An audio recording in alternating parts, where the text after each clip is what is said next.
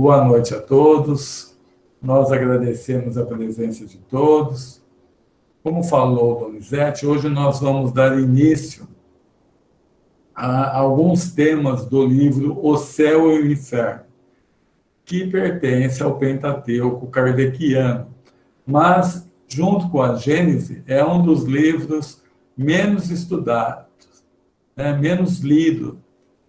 E o Céu e o Inferno, ele é dividido em duas partes. A primeira parte que nós vamos iniciar hoje é a parte teórica, onde o Kardec vai analisar de uma forma bastante detalhada a questão do céu, do inferno, demônios, anjos, purgatório, para que nós compreendamos bem esses ensinamentos. A segunda parte é uma parte prática, onde Kardec, com a ajuda do espírito de São Luís, ele evoca espíritos recém-desencarnados, alguns até algumas horas depois do desencarne, para que pudessem dizer como chegaram no plano espiritual. E depois ele divide essas comunicações de acordo com o nível de evolução dos espíritos. Então, tem espíritos felizes, espíritos medianos, espíritos endurecidos, criminosos arrependidos, suicidas. Então, uma série de capítulos onde nós vamos ver depois, na prática, o efeito do lado espiritual das ações nossas aqui nessa Terra. Então, é um livro muito importante para nós estudarmos. E essa segunda parte, muita gente já leu, mas é importante também nós estudarmos a primeira parte, para termos o embasamento para entender a segunda parte, que é a parte prática. Então, vamos começar. Hoje nós vamos tratar, nesse primeiro tema, o capítulo 1, que chama-se O Futuro e o Nada, e o capítulo 2, Causas do Temor da Morte. Então, vamos começar. Se alguém tiver alguma questão, só colocar no chat, ou no final, nos últimos 15 minutos, no próprio microfone. Então, Kardec começa falando o seguinte: há alguma coisa mais desesperadora do que esse pensamento de destruição absoluta?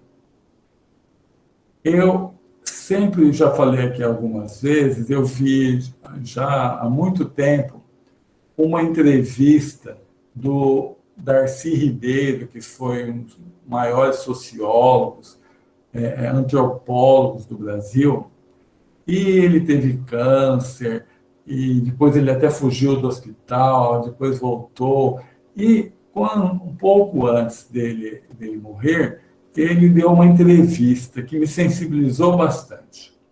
Ele falou o seguinte: eu daria todos os meus livros, ele tem livros muito importantes, para ter a fé da minha mãe, que a mãe dele era católica e acreditava na continuação da vida. E ele, na forma que ele foi criado, não sei, mas principalmente na forma com que ele convivia, porque muitas vezes esse sistema, essa classe de pessoas assim mais estudadas geram uma situação de duvidar da continuidade da vida. Então, não sei quem falou assim, que pouca ciência não crê em Deus, mas elevada ciência vê a Deus. Então, Einstein falava assim: conforme eu vou procurando as coisas no universo, eu vejo a mão de Deus em todos os lugares, né? Então, olha a situação que ele estava. Ele não acreditava na vida após a morte. Para ele, aquilo, naquela situação de vida que ele estava, era muito difícil. Ele falou: eu dou todos os livros que eu daria, todos os livros que eu dei para ter a fé que minha mãe tinha, que ela tinha certeza que a vida continuava. Então, por isso que Kardec fala: será que tem alguma coisa mais desesperadora do que isso? Você achar que tudo vai acabar quando morre? Você acreditar que você nunca mais vai ver ente querido nenhum, que tudo que você fez vai ser destruído, até a sua própria personalidade, a sua própria individualidade. Então, uma coisa bastante importante de nós perguntarmos a nós mesmos da importância de nós termos a fé, a certeza até dentro da doutrina espírita de que tudo continua. Isso é uma bênção. E só pensar de não termos isso, nós iremos ver a dificuldade que é. Afeições santas, inteligência, progresso, saber adquirido, tudo será aniquilado, tudo estará perdido. Tem algumas pessoas que, no meio político, já vi falando assim, eu não acredito na vida pós-morte. Então, o entrevistador de vez em quando pergunta, mas por que você leva uma vida assim, com muita ética, né, fazendo as coisas corretas? Não, eu quero preservar minha memória histórica. Mas de que serviria isso? De que serviria uma memória histórica se ele mesmo já não existisse mais? Se ele nunca ia se beneficiar dessa memória histórica. Então, seria mais uma ilusão essa questão. Se há uma doutrina, então Kardec continua, malsã e antissocial, seguramente é a do niilismo, ou seja, de que tudo acaba com a morte. Porque rompe os verdadeiros laços da solidariedade, da fraternidade e dos fundamentos das relações sociais. Então, se houvesse nesse mundo uma situação em que ninguém acreditasse mais na continuação da vida após a morte, as pessoas iam viver só para si. Porque de que adianta nós trabalharmos no bem, de que adianta nós procurarmos ajudar as outras pessoas, se tudo ia acabar com a morte? Então, esse pensamento de que tudo acabaria com a morte levaria as pessoas a só pensar em si. Eu vou querer ter todos os prazeres da vida sem responsabilidade nenhuma, porque eu vou gozar a vida o máximo que eu posso, porque no momento que morrer, acabou. Então, por isso que ele fala que é uma doutrina antissocial, porque levaria a uma situação de total falta de solidariedade. As pessoas só iriam pensar nelas mesmas. Mas ele continua, Kardec, ele foi considerado bom senso em pessoa, não sem razão, porque ele já coloca o problema e logo em seguida ele fala das consequências do problema. As consequências do niilismo, ou seja, de que tudo acaba com a morte, não são desastrosas. Por quê? Por que será que não são desastrosas? Primeiro, entre a maioria dos incrédulos, há mais de fanfarrice do que de verdadeira incredulidade, mais dúvida do que convicção. Então, muitas vezes tem uma certa conceituação de que acreditar na vida após a morte, acreditar em Deus, não é uma coisa de pessoas inteligentes. As pessoas mais inteligentes, vejo que isso daí é um ópio para o povo, ou seja, só para que o povo fique mais acessível ao que os maiores querem que lhe faça. Então, isso não é, Kardec fala, a maioria não tem essa convicção absoluta. É mais uma questão de se expor dentro de uma certa classe. Ou então, ele tem a dúvida, mas ele não tem a convicção que tudo acaba. Ele não tem a certeza que tudo continua, mas ele também não tem a certeza que tudo acaba.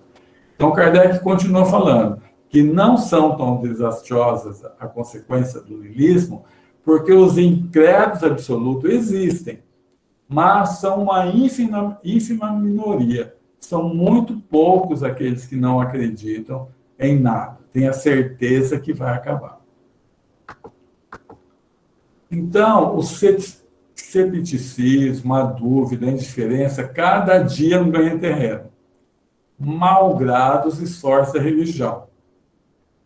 Mas, por incrível que pareça, no final da frase, Kardec coloca assim, isso é positivo. Olha o que ele fala, ó, tem mais pessoas céticas, tem mais dúvidas, tem mais indiferença, malgrado os esforços da religião. Mas isso é positivo. Por que é positivo?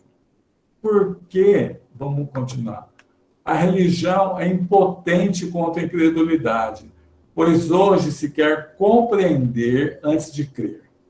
O que lhe falta, ou seja, o que falta à religião é a concordância de certas doutrinas com os dados positivos da ciência. Então, a religião fala uma coisa, a ciência vem falando assim, não. Então, o Espiritismo, Kardec deixou bem claro que ele é progressista. Então, Kardec falou assim, olha, se um dia a ciência vir e mostrar que alguma coisa dentro da doutrina espírita não é aquela, assumam o que a ciência está falando, provando certinho. Mas o que nós já discutimos isso anteriormente, o que mudou assim, não é que mudou, o que foi melhor trabalhado, melhor explicado, na verdade, foi a continuação dessa revelação espírita depois de Kardec, principalmente pelas obras de Chico Xavier, através de André Luiz e Emmanuel, e também de Humberto de Campos. Então, eles vieram explicar, detalhar o que Kardec, em tão poucos anos que ele teve, né? Um pouco mais de 10 anos, para fazer 5 livros, e, na verdade, mais a Revista Espírita, e depois ainda pegaram muito dos estudos que ele tinha feito para gerar obras póstumas. Então, ele não tinha condições nenhuma de aumentar. Então, eu sempre falo assim, ó, é como se, comparando com o direito, o Livro dos Espíritos fosse a Constituição, os demais livros da codificação fossem os códigos civil, trabalhista, código, processo civil, penal, mas depois vem as leis complementares explicando o que o código traz em resumo. Então, as leis mais detalhadas continuam sendo trazidas, e principalmente foram por Chico Xavier. Então, o que Kardec trouxe as modificações não, mas os detalhamentos estão mais dentro da própria doutrina espírita do que dentro da ciência. Mas se tiver, Kardec fala assim, ó, só atualizar. Então, a religião se contrapondo, pegando pela letra e não pelo espírito que está na Bíblia, ela começou a levar à descrença. Porque uma pessoa que tem um pouco de inteligência não vai aceitar um Deus, por exemplo, que privilegia esta ou aquela religião, este ou aquele povo, um Deus que castiga, um Deus que tem ciúmes desse ou outro Deus. Então, isso leva as pessoas a desacreditarem. Mas Kardec fala que é positivo isso porque faz com que as pessoas comecem a raciocinar, tirando a fé cega e colocando no seu lugar a fé raciocinada. Então, o Espiritismo vai trazer a fé raciocinada. Todo o ensinamento dos livros espíritas é para nós lermos, estudarmos e entendermos o que está falando ali e raciocinarmos, pode ser isso ou pode não, ou não é isso. É muito importante nós sempre pensarmos assim. É nesse estado de coisas que o Espiritismo vem opor um dique à invasão da incredulidade, escreve Kardec. Não somente pelo raciocínio, não somente pela perspectiva do perigo que ela ocasiona, mas pelos fatos materiais, fazendo tocar o dedo e olhar a alma e a vida futura. Quando as próprias pessoas vêm e se manifestam e dizem como é o plano espiritual, como foi a sua passagem, quais os efeitos dessa vida na vida futura, muitas vezes relatando outras e outras vidas. Então, vem mostrar de forma clara, não é de forma clara, de forma assim, concreta, o que acontece no plano espiritual. Então, isso, por isso que Kardec fala, não é só na questão do raciocínio, mas pelos fatos materiais mesmo, mediunidade de efeitos físicos, por exemplo, onde o espírito se materializa ali, né, pegando parte dos fluidos do médium, ele se materializa. Se você der a mão para ele, você vai sentir a mão dele ali. Então, esses fatos vieram comprovar a continuação da vida após a morte. Cada um, isso é importante, cada um é livre em sua crença, em crer ou não crer em nada. Então, nós não devemos julgar ninguém. Emmanuel fala que, algumas vezes, no plano espiritual maior, chegam espíritos que aqui na Terra eram ateus, mas fizeram um bem danado. Então, o bem dele vale até mais, porque ele não tinha perspectiva nenhuma de se beneficiar depois da vida pelo bem que fez. Ele não tinha interesse nenhum naquele bem. Ele fez o bem porque ele achava correto, ele queria ajudar as outras pessoas. Então, muitas vezes vão chegar um espírito no plano espiritual religioso, que tinha todas as teorias religiosas, qualquer que for a religião, em condições inferiores a um ateu.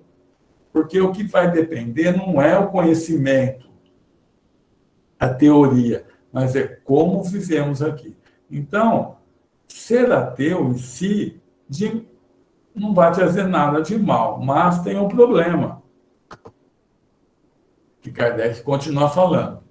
Mas aqueles que procuram fazer prevalecer no espírito das massas, da juventude sobretudo, a negação do futuro, apoiando-se na autoridade do seu saber e da sua posição, incorrem em grave responsabilidade. Então, se você não crê, não tem problema, mas se você começa a levar outras pessoas a não crerem, isso pode ter consequências muito graves. Por exemplo, uma pessoa que não acredita em nada após a morte, no momento de maior dificuldade, ele fala, por que eu vou continuar vivendo? Eu vou tirar a minha vida. Então, olha a responsabilidade de quem levou ele a pensar assim. Porque pode ser que aquele que é ateu, não acredita em Deus, ou agnóstico, alguma coisa assim, mas ele tem uma base boa, ele vai fazer o bem. Não é por causa disso que ele não vai ser bom. Mas aquele que está recebendo o ensinamento dele pode não ser tão... ter todo esse preparo para isso. Então, é dificuldade de nós levarmos uma situação para uma pessoa que pode fazer o mal a si mesmo com aquele conhecimento. Então, essa é a dificuldade de quem não acredita na vida após a morte. Se ele ficar só para ele, ali não tem problema. Mas se ele começa a divulgar ou fazer prevalecer, levar pessoas e mais pessoas a crer naquilo, aí ele passa a ter a responsabilidade. Algumas vezes nós vemos, eu já vi isso 2 vezes já na doutrina espírita, nas reuniões que eu participo, pais que eram ateus e criaram os filhos ateus. Mas chega um momento da vida, lá para os 40, 50 anos, em que as perspectivas do nada, como Kardec falou, lá no início nós falamos, é uma coisa horrorosa. Então, a pessoa quer crer. Então, muitas vezes, pelo raciocínio, ele busca o espiritismo, que é muito racional, mostra para ele de uma forma clara, de acordo com a ciência. Mas ele encontra uma dificuldade, que é fazer com que os filhos passem a crer, porque a vida inteira eles ensinaram a não crer. Algumas vezes eles conseguem fazer isso, mas é difícil. É uma coisa mais difícil. Então, mas os dois casos que eu vi conseguiram, mas foi muito trabalhoso para eles, que educaram os filhos para não acreditar na vida futura e depois, quando mudaram, tiveram que mudar todo aquele ensinamento que eles tinham dado. Todas as religiões têm igualmente admitido o princípio da sorte feliz e infeliz das almas depois da morte. Mas no que elas diferem essencialmente sobre a natureza dessas penas e desses gozos. Então, todas as religiões são espiritualistas, ou seja, eles acreditam na alma. Acredita que morto o corpo, continua a alma. Há uma vida após a morte, mas como Kardec deixou bem claro ali, eles diferem na natureza, e quer dizer, eles acreditam não só na alma, mas também que as consequências dessa vida influenciam nas consequências pós-vida. A alma vai ser feliz ou infeliz de acordo com o que ela viveu nessa terra. Mas diferem sobre a natureza dessas penas e desses gozos. E, sobretudo, sobre as condições que podem merecer uns e outros. Tem algumas religiões que falam, ó, só vai ser salvo, por exemplo, quem se batizou na minha religião. Só vai ser salvo quem é cristão. Nós sabemos, dentro do estudo do Espiritismo, que nessa terra tudo é Jesus mesmo. Porque ele é o governador dessa terra. Mas nunca ele deixou de mandar emissários para todos os povos. Todos os povos receberam a mensagem de Jesus para ensinar a sua doutrina de amor de acordo com o progresso de cada povo. Então, Jesus é o governador, mas Buda foi ele que mandou.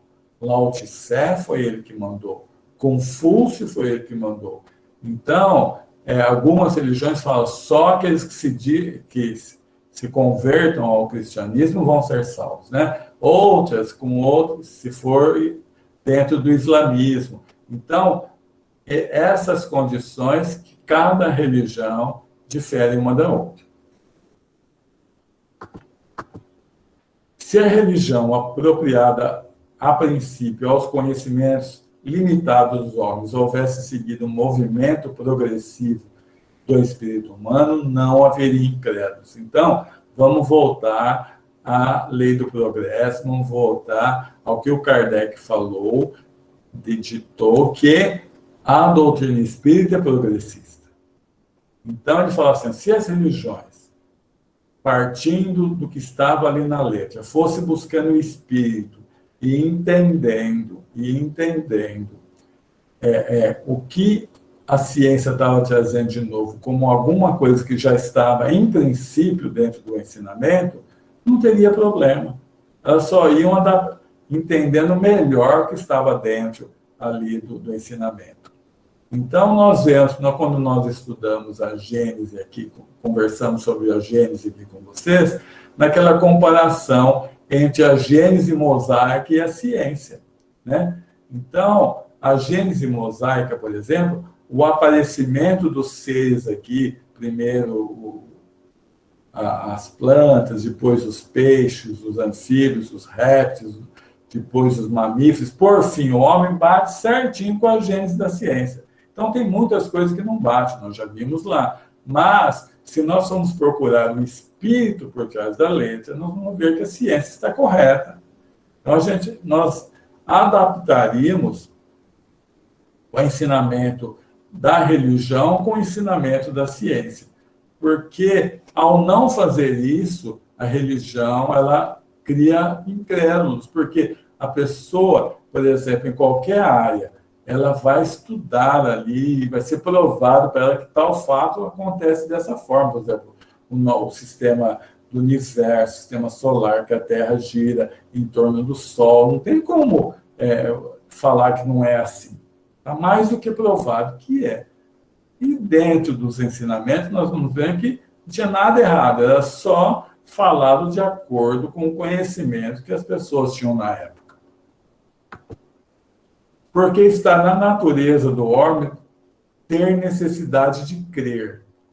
E ele crerá se der um alimento espiritual harmonizado com suas necessidades intelectuais.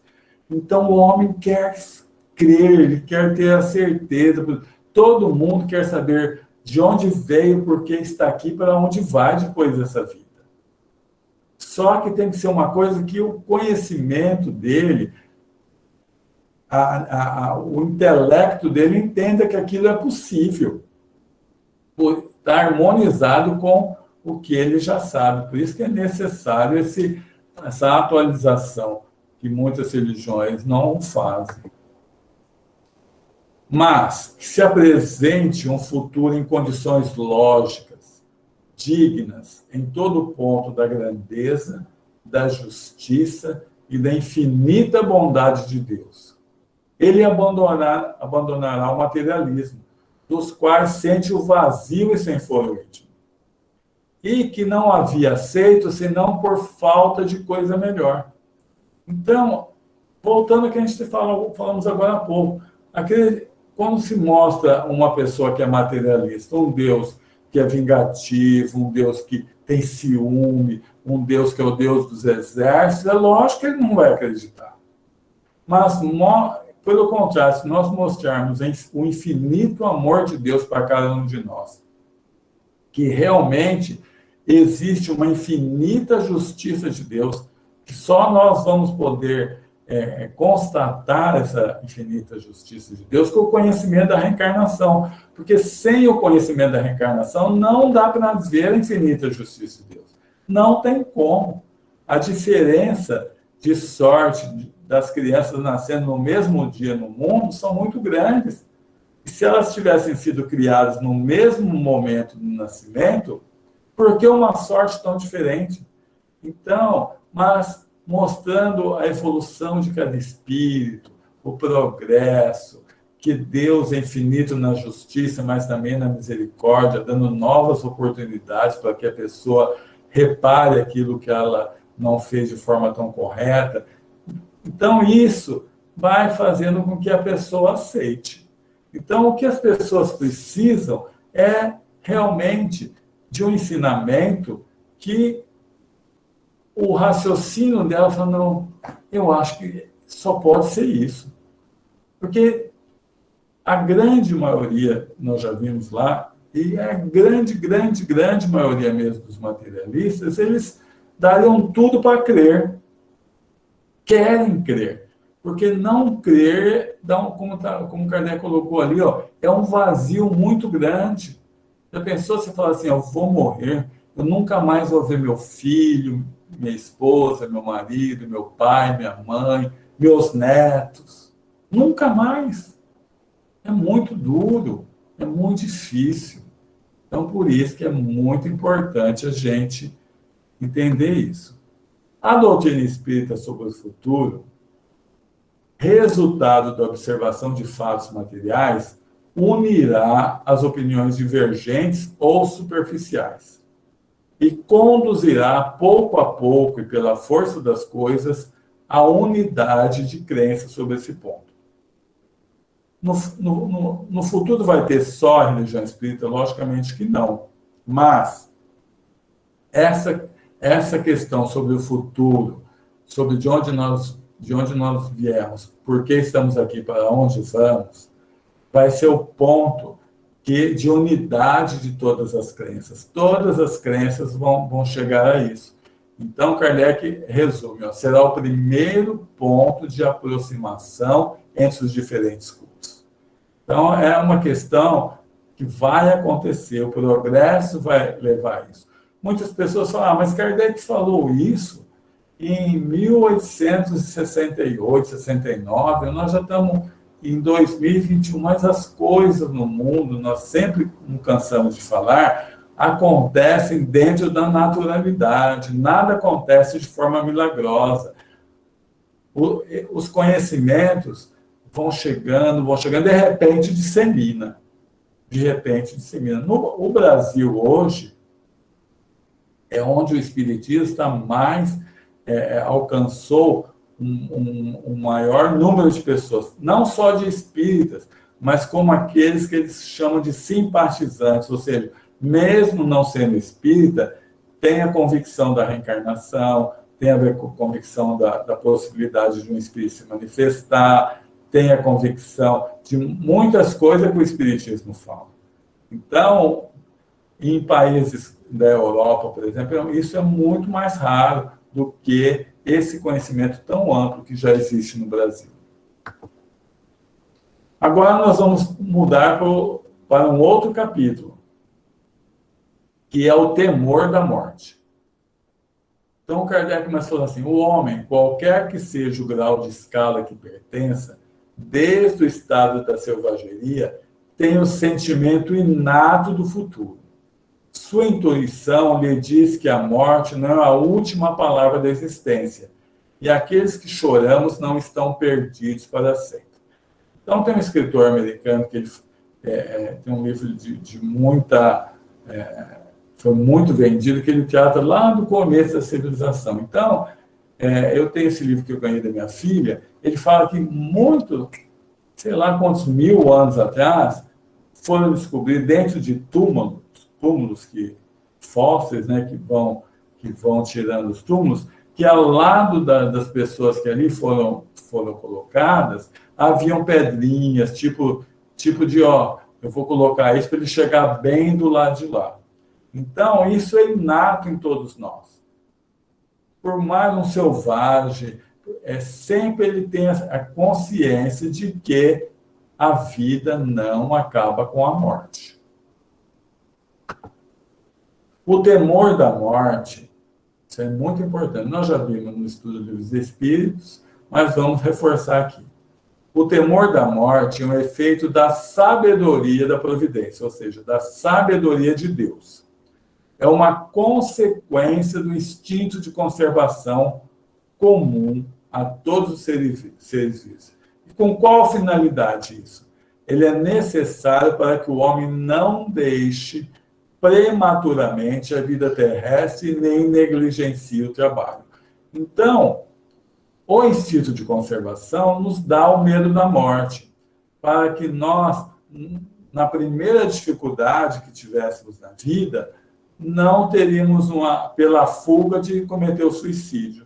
Então, quanto mais nós vamos evoluindo, quanto mais nós vamos se conscientizando que nunca devemos tirar a própria vida, esse medo da morte vai terminando, porque ele vai perdendo a razão de ser. Quanto mais evoluído, maior nossa inteligência, menor vai ser essa necessidade do o instinto de conservação nos trouxe. Então, ter medo da morte é uma coisa natural.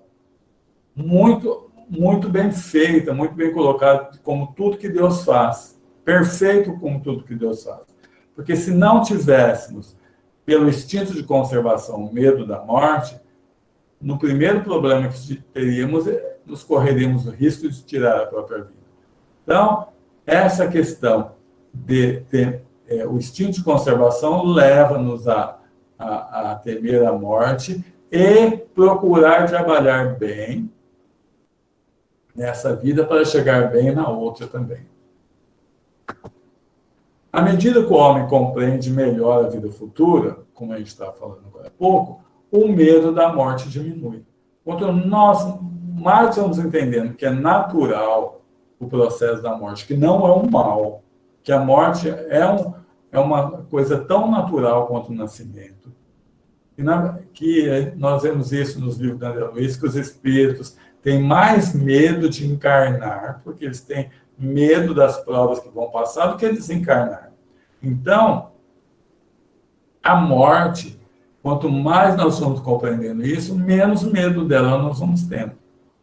A certeza de encontrar seus amigos depois da morte, de não perder o fruto de nenhum trabalho, de crescer sem cessar, tem inteligência e perfeição, lhe dá a paciência de esperar e a coragem de suportar as fadigas momentâneas da vida. Por quê?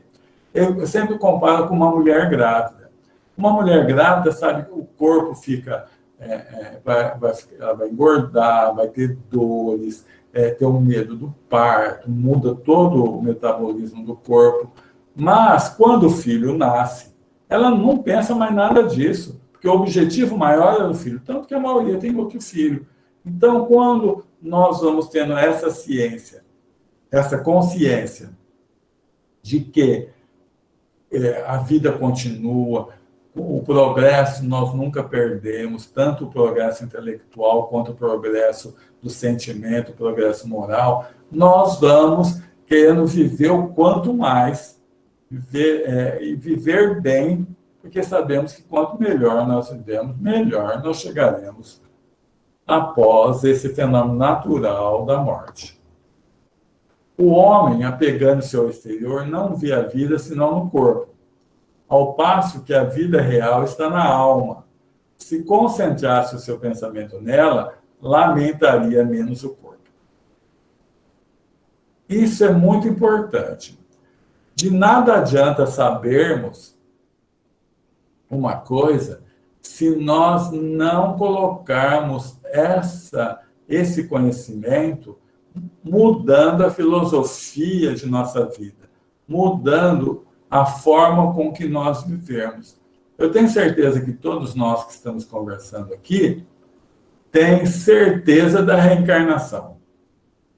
Mas, se essa certeza não fizer com que eu viva de forma diferente nessa vida, ou seja, eu dê mais valor a eu que sou espírito do que a minha personalidade aqui na Terra, as coisas materiais, de que adianta eu ter a certeza da reencarnação? Então, é muito importante esse conhecimento, mas desde que colocado em prática, desde que mude-se a filosofia de vida. Então, vamos começar o Espiritismo nas 3 coisas básicas que ele tem. Primeiro, a parte científica, entendermos como funciona, como o lado espiritual, o progresso, a reencarnação, essa parte científica. A parte filosófica, o que esse conhecimento científico vai fazer com que mude a filosofia da minha própria vida. Porque se não tiver mudança, esse conhecimento científico não está me valendo de nada. Agora, com a mudança de filosofia, vem a parte religiosa. O que eu estou fazendo de bem para as outras pessoas com essa minha mudança de filosofia de vida? Então, tudo isso é uma sequência. O temor da morte, pois, prende-se, pois, a insuficiência de noções sobre a vida futura.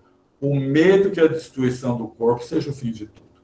Então, esse medo faz com que todo mundo tenha muito medo da morte. Porque ele vai continuar falando.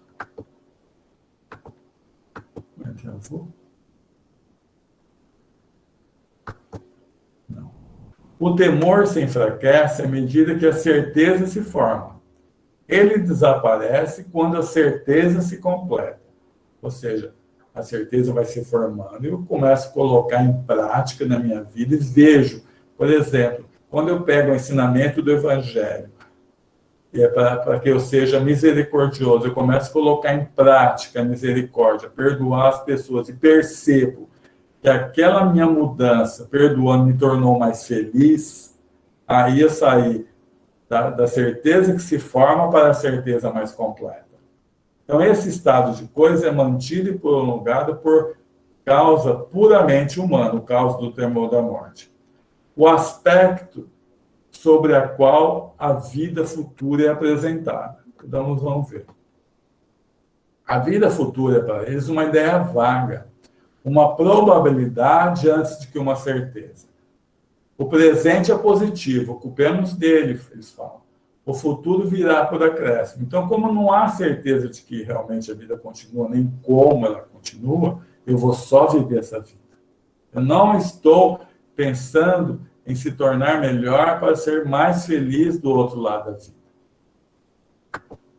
Outro ponto é o que é a alma. Isso é importantíssimo, gente. A alma é o quê? É um ponto, uma centelha, como sente, como percebe, é uma abstração. Então, o conhecimento do corpo espiritual, do perispírito, muda tudo. Porque ao sabermos que ao desencarnarmos nós vamos nos olhar e vermos com braço, com mão, com rosto, com tudo, e vermos as outras pessoas assim também, é muito mais prático, é muito mais lógico eu entender isso. Agora, só pensando na alma como uma luz, ficaria difícil. Então, até o ponto em que sim, se vê o espírito sem o perispírito, ou seja, só nosso eu, nossa centelha, dificulta as pessoas entenderem esse processo. Uma outra razão que se prende às coisas da Terra liga-se à impressão que conserva dos ensinamentos que são dados desde a infância. Então, a importância da infância. Tem algumas passagens, uma passagem, não lembro qual o livro de André Luiz, que a pessoa via figuras de demônios, né? E a pessoa que está mostrando para o André Luiz fala, na verdade, ela não está vendo o demônio. É que o espírito que está obsediando ela projeta essas figuras que ela teve lá na infância no catecismo. Então, no catecismo, apresentava cada demônio com aqueles aspectos bastante não bonitos, né? Então, ficou lá dentro. Então, de um lado, vence aí as contorções dos condenados a penas eternas. Então, nessa vida, todo mundo erra, não tem como não errar. Só os espíritos muito elevados erram bem menos. Então, o que acontece? As pessoas já se imaginam no inferno. Então, isso dá um medo danado. Muitas vezes, vamos dizer, um pai, uma mãe que tem um filho que está num desequilíbrio, por exemplo, e morre, e fala, meu Deus, onde foi meu filho? Então, essa é a grande dificuldade. De outro lado, as almas sofredoras vão para o purgatório, né? O purgatório é uma situação criada pela teoria religiosa, se não me engano, teoria da Igreja Católica, em que a pessoa ia para um purgatório e dependia dos familiares orarem. Na época anterior a Lutero, eles vendiam indulgências para que quem comprasse salvasse o filho, um parente que estava nesse purgatório. Então, por outro lado, as almas sofredoras do purgatório, esperando a sua liberação, da boa vontade dos vivos, que oram, façam orar por ela, e não dos seus esforços para progredir. Então, quem estava no purgatório dependia de quem estivesse aqui. Lógico que a gente sabe que o purgatório são as provas dessa vida mesmo, né? Mas essa conceituação de que o purgatório é um lugar que as pessoas ficam esperando para que os entes que eles deram mandem rezar algum ritual, alguma coisa para que elas se libertem lá, independente do esforço delas. Essas duas categorias compõem a imensa categoria da população do outro mundo, ou seja, todo mundo ou está no inferno, falando, no máximo eu chego no purgatório. Então, lógico que vão ter medo da morte. Por outro lado, acima daquele plano, ou seja, no céu, o mundo restrito dos eleitos, gozando durante a eternidade de uma beatitude contemplativa. Essa eterna inutilidade, preferível, sem dúvida, ao nada. Não lhe é menos de uma fastidiosa monotonia. Você ficar no céu, onde você perde total ligação com as outras pessoas. Você ficaria somente glorificando a Deus, sem precisar trabalhar, sem precisar se esforçar, sem precisar... Gente, ninguém aguenta ficar numa... Você pega uma pessoa e fala, vou te pagar salário para você ficar só sentada o dia inteiro. Chega uma hora a pessoa fala, não quero mais não, moço, dá conta. Por quê? Porque eu não me sinto importante, eu não faço nada de bom. Então, seria uma coisa também bastante ruim. Concorre também para temer a morte, que ela é apresentada por cerimônias lúgubres, que aterrorizam mais do que provocam a esperança. A morte é representada sempre sob um aspecto repulsivo, jamais como sono de transição. Hoje ainda melhorou um pouco. Você vê, ó, algumas coisas bem simples. Essa maquiagem que se faz no corpo das pessoas dos cadáveres. Isso ajuda muito, porque eles fazem de um jeito que a pessoa parece que está sorrindo. Então, os familiares chegam e falam, nossa, como ela morreu bem. Já vi um monte de gente falando isso. Mas é próprio de quem fez, mas já dá esse aspecto melhor. Por quê? A morte era cercada de cores roxas. Você vê nos filmes, assim, sempre coisas bastante lúgubres, com dificuldade da pessoa se sentir bem naquele local. Todos esses emblemas lembram da destruição do corpo. Nenhum simboliza a alma se livrando radiosa dos seus laços terrestres. A partida para esse mundo mais feliz não é acompanhada senão de lamentação dos sobreviventes, como se acontecesse a maior infelicidade àqueles que se vão.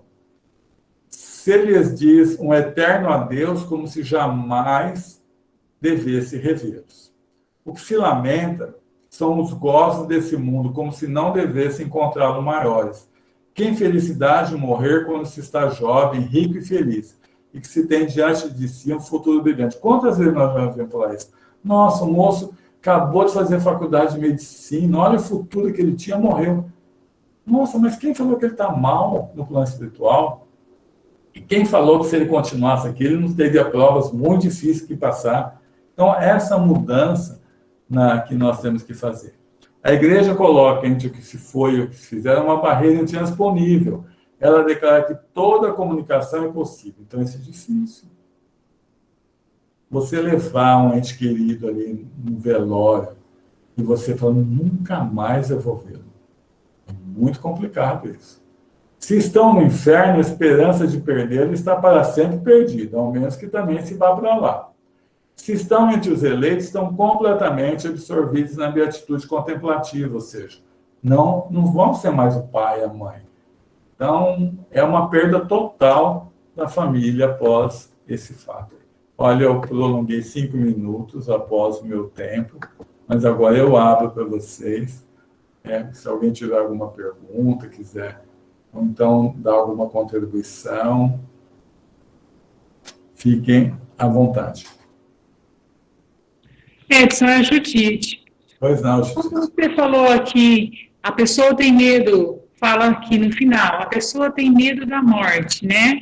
Por não possuir o conhecimento, seria nesse caso, né? De que a morte, ela representa, como o Kardec falou, um sono de transição, seria que a pessoa não tem ainda o conhecimento nesse caso, certo? O Kardec colocou ali que as pessoas ela só vê um corpo sendo destruído. E muitas vezes, essa visão do corpo sendo destruído somente, aparenta que a pessoa está sendo destruída naquele momento. Né? Como o Kardec fala, é só como se fosse um sono, que ela dormiu ali e vai acordar no plano espiritual. Então, tinha que se pensar na alma liberta, né? Que nós dentro do espiritismo, graças a Deus, nós temos esse benefício, essa vida, que é na minha visão, o maior talento que recebemos nessa vida, de saber que um ente querido nosso que passou para lá, nós com certeza já ou fomos visitá-lo, ou ele é trazido para conversar conosco. E isso daí nos dá um alívio muito grande, ainda que nós não nos lembremos do fato. A gente se desprende durante a noite, não somos levados, ou ele é trazido até nós, mas no outro dia a gente vai estar em paz, não é, Judite? Então, essa visão de que o corpo ficou ali, mas a alma está liberta, a alma continua pensando, a alma continua com o corpo, que é mais fácil nós visualizarmos o espírito, sabendo que ele tem um corpo espiritual, mas que é um corpo que tem perna, tem braço, tem tudo, que nós vamos revê-lo, ele vai conversar conosco, já dá um alívio muito grande nesses momentos, não é? Para a gente que é espírita, tudo bem, eu estou escutando você falar e estou entendendo. Alguém fez uma pergunta para mim a respeito disso, sobre a mãe, que ela queria ver a mãe dela. E eu não sei se dei a resposta correta, mas agora você falando aí, eu acho que consegui falar. Não sei se se ela entendeu, mas eu acho que eu consegui falar. Te disse, eu vou dar um depoimento. Um dia eu estava vindo de São Paulo, estava do meu lado numa viagem, uma médica bastante assim, conceituada, que ela vinha dar um curso na FAMEMA, aqui em Marília. É uma senhora de uns 60 e poucos anos, e ela não acreditava em vida após a morte. Mas eu falei que eu espírita, tal, e a gente não vai convencer ninguém, né? Só falei isso. Aí, de repente, nós estávamos conversando sobre outras coisas, ela falou assim, moço, minha mãe morreu, você acha que eu vou ver minha mãe algum dia? Eu falei assim, certeza, você já viu, é que você não... Ela começou a chorar, ela uma mulher assim, de uma capacidade intelectual bastante grande, mas ela precisava disso. Um dia também eu dei carona com um moço que era evangélico, eu saí aqui de Marília, eu trabalhava em Lins. E foi a primeira, comecei a falar que é espírita, a primeira coisa que ele me perguntou, moço, eu vou ver meu pai ainda, depois que eu morrer? Eu falei, certeza você vai ver que seu pai... Nossa, o olho dele brilhava. Então, essa certeza, nossa, é um alívio muito grande para as pessoas. Tá certo. Obrigada, tá bom? Eu sei que foge um pouco do assunto, mas como que a gente lida com a situação da dúvida se a pessoa, se o desencarnado está bem, né? Se o desencarnado permitiu ser amparado e como passar isso para uma pessoa que realmente não acredita nisso. Porque eu tenho um amigo que é ateu e aconteceu o desencarne na família dele. E assim, tipo, eu não soube explicar como se sentir nesse momento, né? Então, ele queria ouvir alguma coisa de mim, mas eu não sabia exatamente como expressar. Apesar de ter tudo isso na cabeça. É estranho. Olha, Vitória, eu ia brincar com você, faz tudo o que eu não faço. Porque quando uma pessoa pergunta para mim, eu começo a falar, quando eu vejo, eu estou falando meia hora, não é isso que é para fazer. A gente tem que responder somente o que a pessoa pergunte. Então, você fala, olha, eu tenho certeza que seu ente querido está vivo, que existe vida, mas não tente convencê-lo. Porque quanto mais quando a pessoa está com obstinação, teimando, quanto você mais falar, mais ele teima. Então, você coloca e deixa. Lá na frente, ele vai repensar isso. Mesmo que não repense, nunca ele perde isso. Ele quer crer, ele quer crer. Você já jogou a sementinha lá. Então, não adianta querer pegar um livro, levar que ele não vai ler. É uma coisa que precisa sair dele. Então, deixa ele amadurecendo. Uma hora ele vai chegar, Vitória, você tem algum livro? Ah, tem. Você dá um livro e não deixa ele buscando. Então, muitas vezes a gente quer converter. Não é que quer converter. Você acha, a gente é tão claro que você quer jogar um monte de coisa ao mesmo tempo. A gente não, eu. A gente quer colocar, dar tranquilidade para a pessoa, né? Isso. Nem sempre é assim. Não é, porque ele tem que amadurecer isso dentro dele ainda. Senão fica uma coisa que entra pelo ouvido e sai pelo outro. Então, fale assim, olha, eu tenho certeza que seu ente querido está vivo, que ele continua te amando, que ele está te protegendo, mas isso você um dia vai aprender. Pronto, parou aí. Deixa ele, você já colocou, ele vai raciocinar sobre isso. Mas, se você tentar aumentar um pouco mais a conversa, ele já fica resistente. Então, é por aí mesmo que eu acho. Mas é difícil, eu tenho essa dificuldade. Se não me segura, eu fico meia hora falando. São dois. Obrigada. Obrigado a você, Vitória. Rodrigo, por favor. Dá tempo ainda? Dá sim, temos 2 minutos ainda, Rodrigo. O Edson, na sua opinião, por mais conhecimento que a pessoa tenha, mais preparo, você acha assim que tem como você aceitar a morte de maneira mais natural possível? Olha, a morte de uma maneira mais natural possível, ela vai implicar na forma com que a pessoa viveu, né? Então, tem uma pergunta dos Espíritos lá no final, fala assim, olha, a dúvida, é o medo para quem tem muitas culpas, né? Mas quem viveu uma vida mais, onde ele não foi perfeito, fez coisas erradas, mas ele procurou fazer mais o bem, ainda que tenha errado, ele vai chegar no final da vida e falar assim, olha, eu dei o meu melhor, mais do que isso eu não tinha condição de fazer. Então, isso dá uma tranquilidade. Então, quanto melhor eu viver, quanto mais pessoas eu conseguir ajudar, quanto mais eu trabalhar de forma visando a melhoria do meu espírito, desapegando das coisas materiais, melhor eu chego. Então, por isso que depende muito de como a pessoa viveu. É lógico que o conhecimento espírita ajuda um pouco, sim, porque é a certeza que nada vai acabar. A pessoa fica com um pouco mais de tranquilidade. Mas se ela viveu bem, essa tranquilidade, então, é muito grande.